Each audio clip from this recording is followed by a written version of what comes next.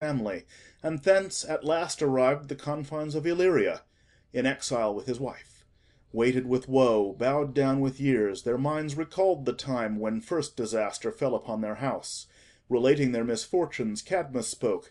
"Was that a sacred dragon that my spear impaled, when on the way from Sidon's gates I planted in the earth those dragon teeth, unthought of seed? If haply 'tis the gods, whose rage unerring gives me to revenge, I only pray that I may lengthen out as any serpent." Even as he spoke, he saw and felt himself increase in length. His body coiled into a serpent's form. Bright scales enveloped his indurate skin, and azure macules in speckled pride enriched his glowing folds. And as he fell supinely on his breast, his legs were joined and gradually tapered as a serpent's tail.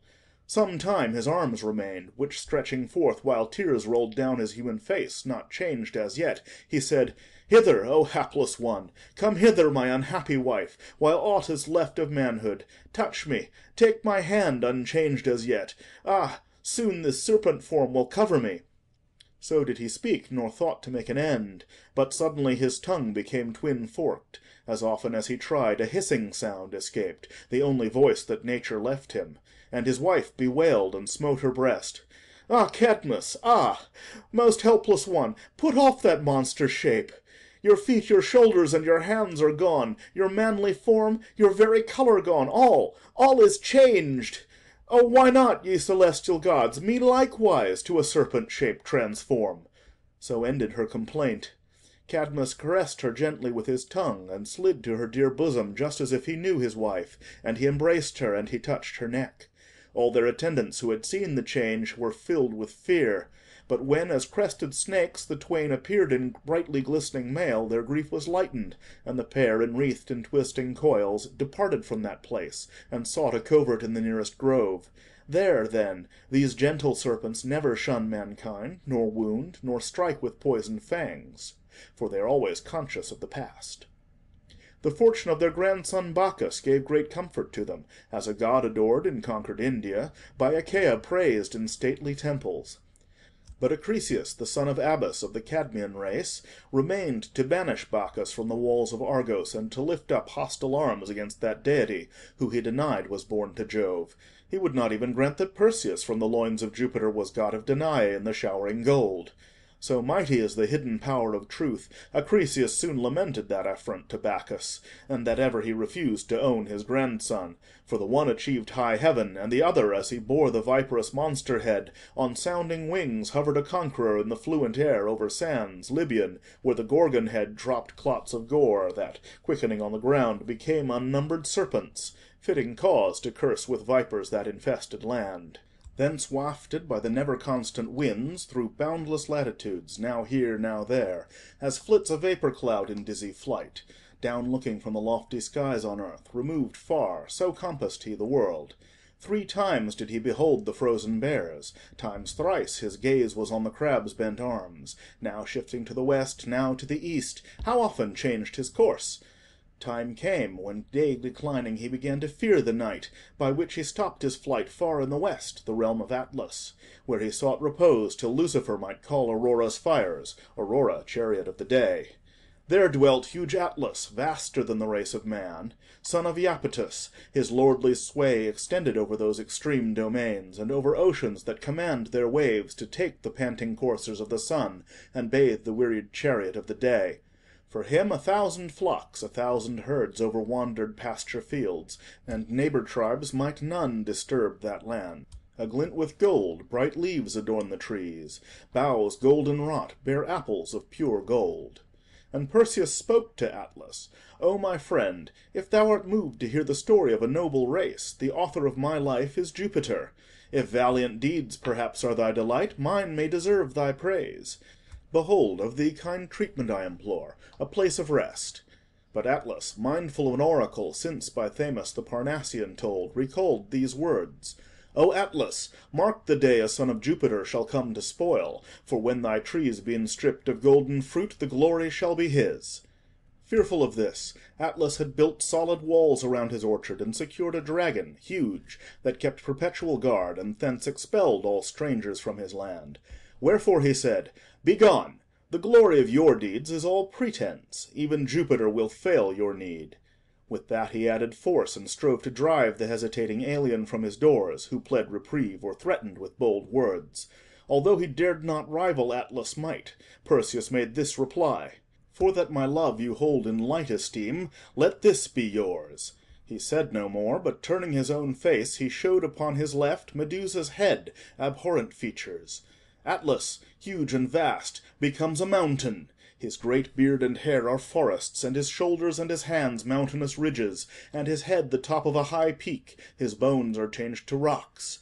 Augmented on all sides, enormous height attains his growth, for so ordained it ye, O mighty gods, who now the heavens' expanse unnumbered stars on him command to rest. In their eternal prison, Aeolus, grandson of Hippotas, had shut the winds, and Lucifer, reminder of our toil, in splendour rose upon the lofty sky. And Perseus bound his wings upon his feet, on each foot bound he them. His sword he girt, and sped wing-footed through the liquid air. Innumerous kingdoms far behind were left, till peoples Ethiopic and the lands of Cepheus were beneath his lofty view. There Ammon the unjust had made decree Andromeda the innocent should grieve her mother's tongue. They bound her fettered arms fast to the rock. When Perseus her beheld, as marble he would deem her. But the breeze moved in her hair, and from her streaming eyes the warm tears fell. Her beauty so amazed his heart, unconscious captive of her charms, that almost his swift wings forgot to wave. Alighted on the ground, he thus began: "O fairest, whom these chains become not so, but worthy are for links that lovers bind, make known to me your country's name, and yours, and wherefore bound in chains." A moment then, as overcome with shame, she made no sound. Were not she fettered, she would surely hide her blushing head. But what she could perform, that did she do. She filled her eyes with tears. So pleaded he, that lest refusal seem implied confession of a crime, she told her name, her country's name, and how her charms had been her mother's pride.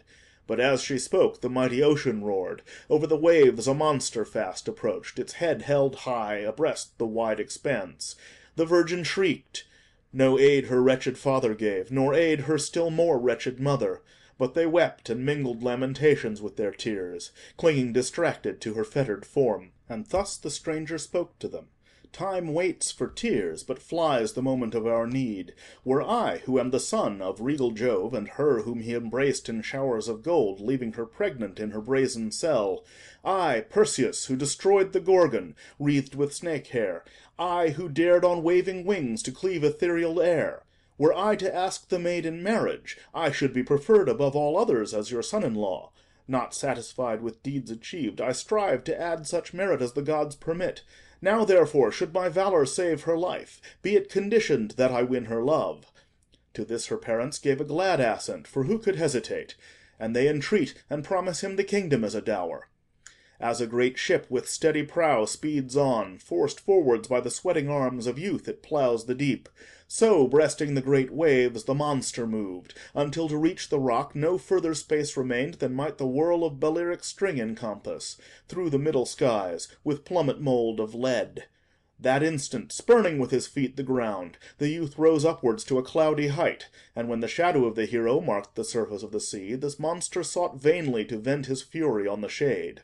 As the swift bird of Jove, when he beholds a basking serpent in an open field exposing to the sun its mottled back, and seizes on its tail, lest it shall turn to strike with venomed fang, he fixes fast his grasping talons in the scaly neck. So did the winged youth, in rapid flight through yielding elements, press down on the great monster's back, and thrust his sword, sheer to the hilt, in its right shoulder. Loud its frightful torture sounded over the waves. So fought the hero son of Inachus. Wild with the grievous wound, the monster rears high in the air, or plunges in the waves, or wheels around, as turns the frightened boar, shunning the hounds around him in full cry. The hero on his active wings avoids the monster's jaws, and with his crooked sword tortures its back wherever he may pierce its mail of hollow shell, or strikes betwixt the ribs each side, or wounds its lashing tail, long, tapered as a fish. The monster spouts forth streams, incarnadined with blood, that spray upon the hero's wings, who, drenched and heavy with the spume, no longer dares to trust existence to his dripping wings, but he discerns a rock, which rises clear above the water when the sea is calm, but now is covered by the lashing waves. On this he rests,